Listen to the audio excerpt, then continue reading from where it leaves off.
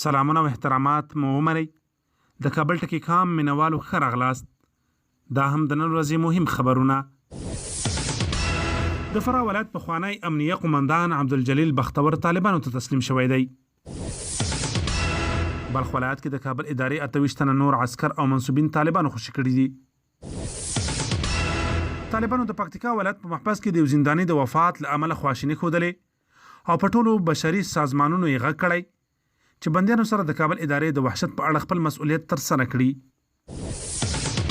د طالبانو د سیاسي دفتر ویان سهیل شاهین ویلي د هند له هغو ټولو هڅو ملاتړ کوي چې د بیا رغونې او پرمختګ لپاره یې ترسره کوي.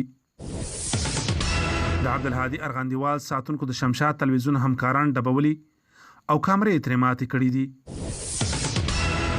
د ننګرهار ولایت والي شاه محمود میاخیل له قوله خبر ورکړل شوی چې د دې ولایت په محبس کې د کورونا وایرس 6 مثبتې پیښې ثبت شوي دي. پاکستان کې بند پاتې 3000 افغانان د چمن له لارې هیواد ته راستانه شوي دي.